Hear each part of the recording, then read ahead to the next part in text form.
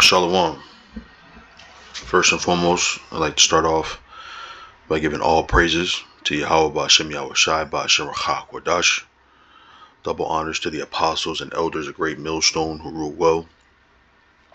And honor and salutation also to those of you who are the hopeful elect and are out there teaching the word of sincerity and truth.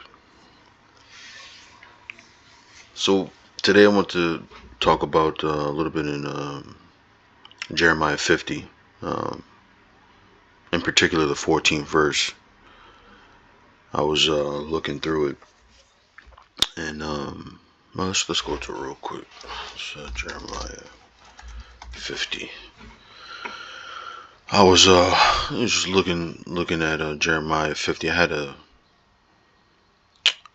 I was going in one direction, and then when I came across this verse, it caused me to think of something different. But still in line with the first thought, which was when you go through Jeremiah 50, Jeremiah 51, there's certain scriptures and context clues that show that the Babylon that's being spoken about here is talking about this new Babylon, which is America, or Babylon number 2, which I think I have. Slaki, I think I got that written down in my notes. Babylon number 2. Yeah, so I won't touch on everything that I have written in this one here, but this scripture, or this chapter 50 and 51, these chapters are talking about this modern day Babylon, right? But as I was going through it, right, I came across this 14th verse, and it's talking about these arrows, right? And so this is some further proof that it's talking about this modern day Babylon, right? One would read this verse here. Let's read it. It says, put yourselves in array against Babylon round about, all ye that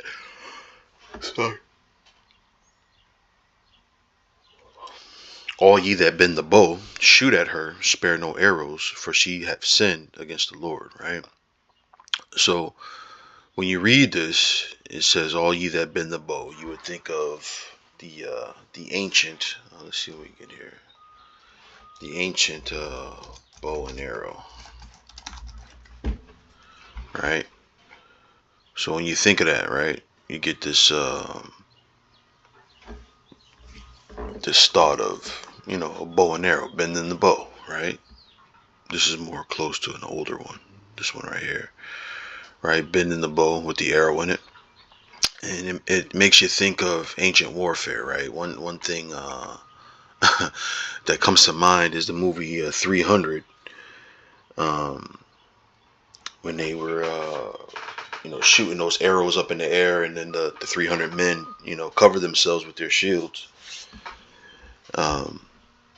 That's what I think of, that ancient warfare. But this is talking about something different, right?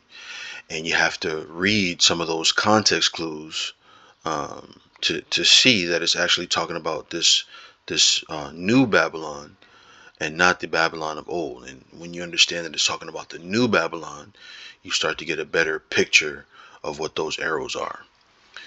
So I'm going to read some of these clues in here, right? So if you go to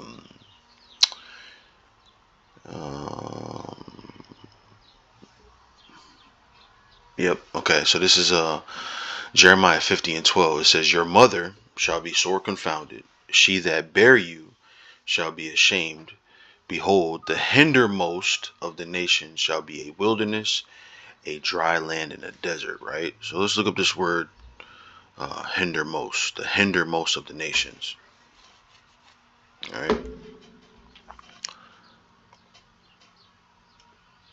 It says after, part, end, issue, event, latter time, right?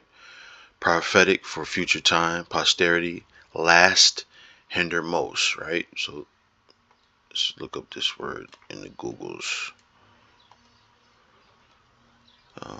Located farthest to the rear, right? So let's do this, right? when you think about what the hindermost of the nation is, right? Let's go to, I don't want to do this. Let's go world map, right? So when you have this world map, right, and you think about prophecy and where it was written, right? It was written predominantly in what they call the East, right? So these lands here, right? So the hindermost, right? Or did I lose it? Let's go back to that word hindermost. Let's go back to that hindermost,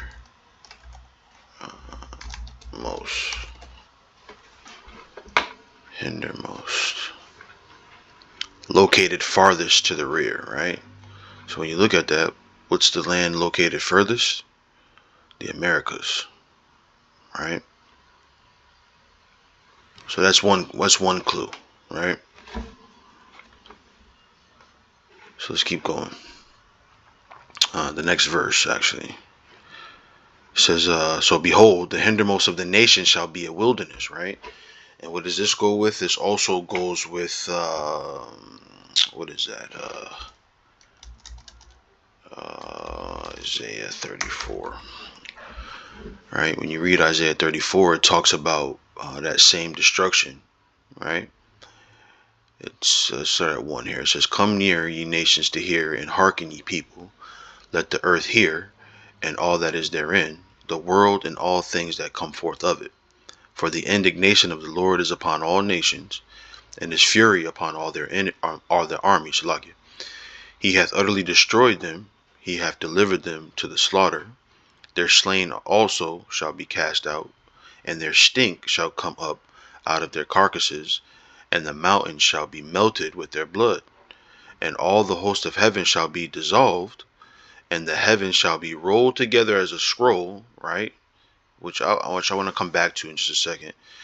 And all their hosts shall fall down, as the leaf falleth off from the vine, and as a falling fig from the fig tree.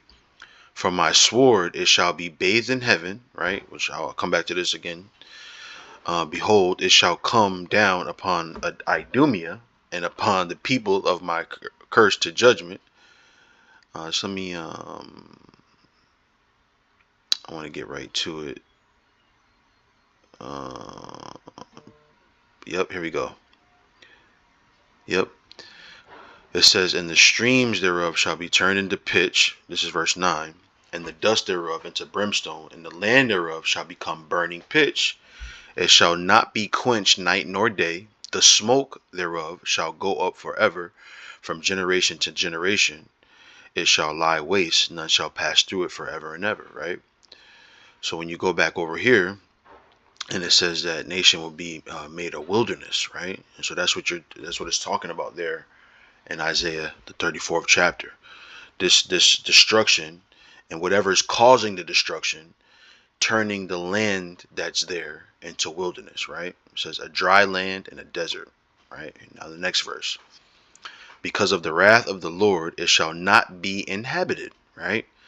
So we know ancient Babylon, right? Which, let's go back to that world map. Ancient Babylon would be in about this area right here, right? And as we know, that land is being inhabited today, right? So it can't be talking about that Babylon, because we know that the Lord doesn't mince words and he doesn't waste words, right? So it says, because of the wrath of the Lord, it shall not be inhabited, right? So that also goes back to, let's go here, open up this what's this, Isaiah, I think it's 13 and 19.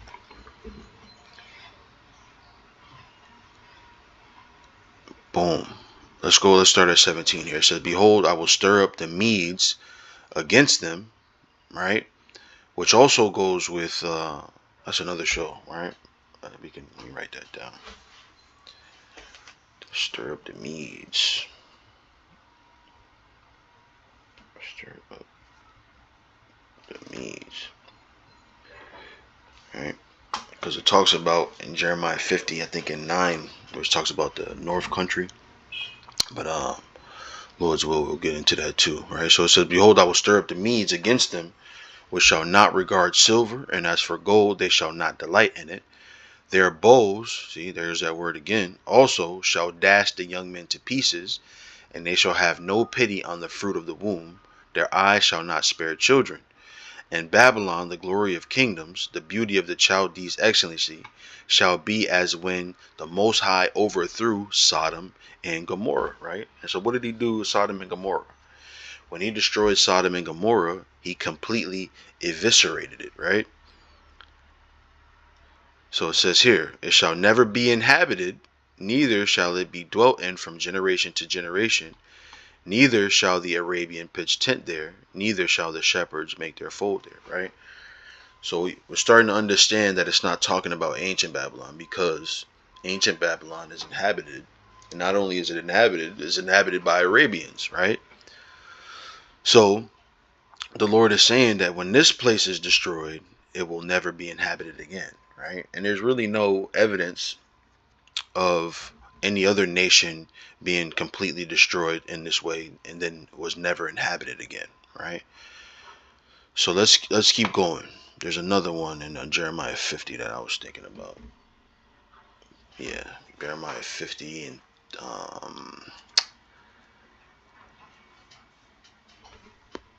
33. Am I right? Yeah. It says, thus saith the Lord of hosts, the children of Israel and the children of Judah were oppressed together, right? So it's saying that this place that's getting ready to be destroyed, or that it's describing that's going to be destroyed, says that Israel and Judah were oppressed together, right? So Israel, being the northern kingdom, and Judah, being the southern kingdom, were oppressed there together, right? And where were they oppressed together? Here in the Americas, right? It says, and all that took them captives held them fast. They refused to let them go, right? So these are some of the clues that let you know that this Babylon that's being spoken of here is talking about modern Babylon, right?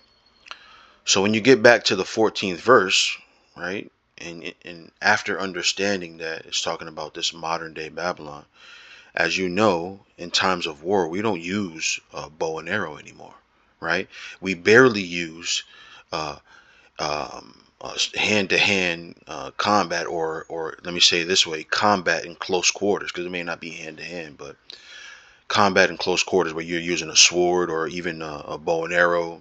It's a little bit further than face-to-face, but still you have to be in close quarters to use these kinds of weapons, right?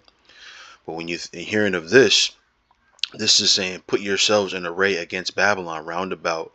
All ye that bend the bow, shoot at her, spare no arrows, for she hath sinned against the Lord. Right? So it's saying that all these nations that have this type of arrow is going to shoot at this place, right? And as we know, those arrows are talking about the modern day arrow, which is the nuclear missile, the ICBM missile, right? So this is speaking of this final war, this war that's going to destroy America, right? And end the place where, again, Israel and Judah served captivity together, right? So let's go back to Isaiah 34, right? Because it's talking about some things here. Uh, I should have wrote down the verses that I was thinking of, but let's see if I can find what I was thinking of. Boom. This is Isaiah 34 and 4. It says, and all the hosts of heaven shall be dissolved, right? Right? It says, matter of fact, is it use the word dissolved in Peter's? Maybe it does. Let me see. Yeah, seeing that these things should be dissolved is how it's worded, I believe. What is it? Let's go here. 2 Peter 3.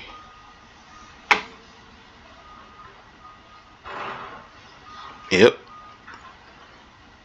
Boom, boom, boom. Let's read this. It says, "But the day of the Lord will come as a thief in the night, in the which the heavens shall pass away with a great noise."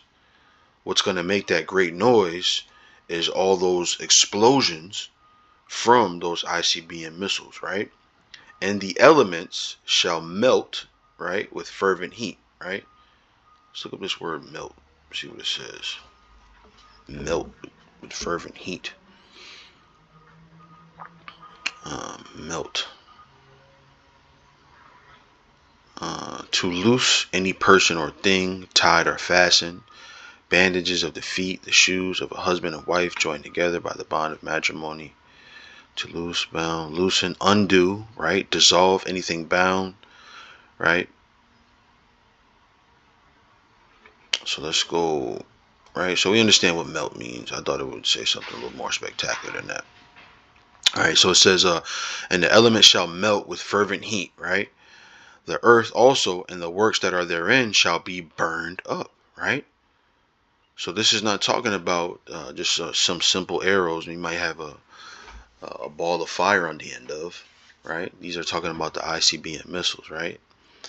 It says, "Seeing then that all these things shall be dissolved," right? See what that word dissolved might be the same word as melt. Yep, same word, right? So seeing these things should be dissolved, right? "What manner of persons ought ye to be in all holy conversation and godliness," right? "Looking for and hasting unto the coming of the day of the Lord," right? "Wherein the heavens being on fire shall be dissolved, and the elements shall melt with fervent heat," right? So this you're starting to understand that these bows that it's talking about in Jeremiah 50 and 14 is something that's going to bring forth fire, right? Let's go back here. It says, "And the heavens shall be rolled together as a scroll," right? So let's do this. Let's do this. Roll together as a scroll. Mushroom cloud, right? Roll together as a scroll in the heavens, right? Look, this one's a good picture right here. Roll together as a scroll, right? That explosion hits ground zero, and smoke comes up and rolls like a scroll, right? That's right. All right. It says, "And all their hosts shall fall down as the leaf falleth off from the vine, and as a falling fig from the fig tree. For my sword shall be bathed in heaven," right? And so my favorite, one of my favorite analogies in regards to the scripture, right? When you think of a sword, right? A man who yields a sword, what does he do? He has it in his sheath, right? Some men, or most, actually I've never seen a sword where you have it on the side of the hand you use. So mostly, like when Ehud shot that dart in Eglin's stomach, right? He reached across his body, right? Because he had his darts on his right side and he was left-handed, and shot the darts with his left hand, right? So same thing with a sword. You have your sword on one side of your body, right? And you pull it out with your strong hand or your active hand, right? And you pull it across your body. And what do? You swing it up all the way out the sheath. And then it reaches up to its heights as you take the sword all the way out of the sheath.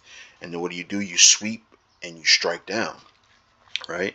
And that's the same motion that the ICBM missiles take, right? So when you take a, let me see if I can find a good picture of it. ICBM silo, right? Let's see what we get here, right? So it's in these silos like a sheath, like a sword in a sheath, right? It comes up out of that sheath, right? Let's see what else we can find down here. I'm trying to see. Sometimes they'll give you like a diagram how like it comes up and takes its journey, right? So it comes up out of the silo, right? It gets bathed in heaven like your sword does, and then it swipes down, right? So that's what the scripture is saying, right? It says, "For my sword shall be bathed in heaven; behold, it shall come down upon Idumea." Right? So we know who that is. We know who that is, Idumea, right? And upon the people of my curse to judgment, right? The sword of the Lord is filled with blood; it is made fat with fatness, and with the blood of lambs and goats, with the fat of the kidneys of rams. For the Lord hath a sacrifice in Basra, and a great slaughter in the land of Idumea, right? And so, all these scriptures, right, when it comes to something being destroyed by fire, is referencing that weapon. Matter of fact, I think there's something in here that says, yep. Let's go back to Jeremiah 50 and go to verse 25. Yep. Let's go to 24 here. It says, I have laid a snare for thee, and thou art also taken, O Babylon, and thou wast not aware. Thou art found and also caught, because thou hast striven against the Lord. The Lord hath opened his armory, and hath brought forth the weapons of his indignation. For this is the work of the Lord power of hosts in the land of the Chaldeans. Right? So let's go to what scripture was I thinking of when I read that? Oh yeah, what is that? I think it's, let me stay there. Let's go here. Let's go Isaiah 54. I think it's 54. 16. Yep. Isaiah 54:16, it says, Behold, I have created the smith that bloweth the coals in the fire, and that bringeth forth an instrument for his work, and I have created the waster to destroy, right? So that's what these arrows are talking about. When you go to Jeremiah 50 and 14, these arrows are talking about these missiles, right? Um, where else can I go that talks about some fire? Let's go to Malachi. So Malachi 4:1, it says, For behold, the day cometh, the day cometh, saith the Lord, is what I was getting ready to say, that shall burn as an oven, and all the proud, yea, and all that do wickedly shall be stubble, and the day that cometh shall burn them up, saith the Lord of hosts, that it shall leave them neither root nor branch, right? So let's go, what's the other scripture am I thinking of? What is that?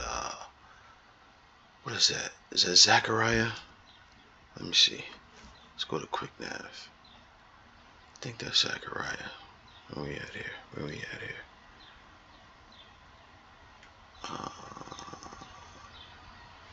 Is it 14 and 16?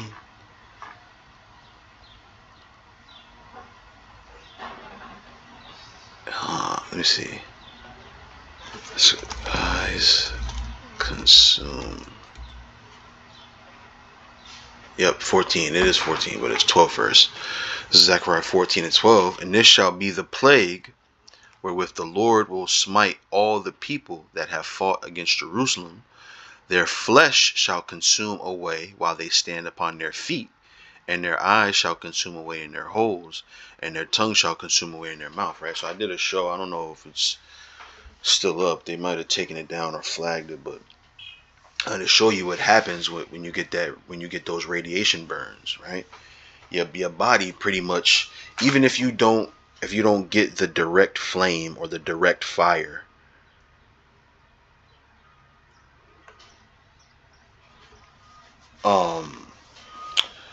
the radiation that's left in the atmosphere will also eat up your flesh, right?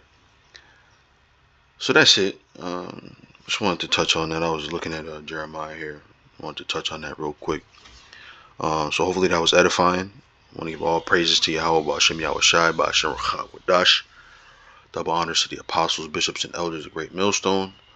Honor and salutation to the elect. With that I say shalom.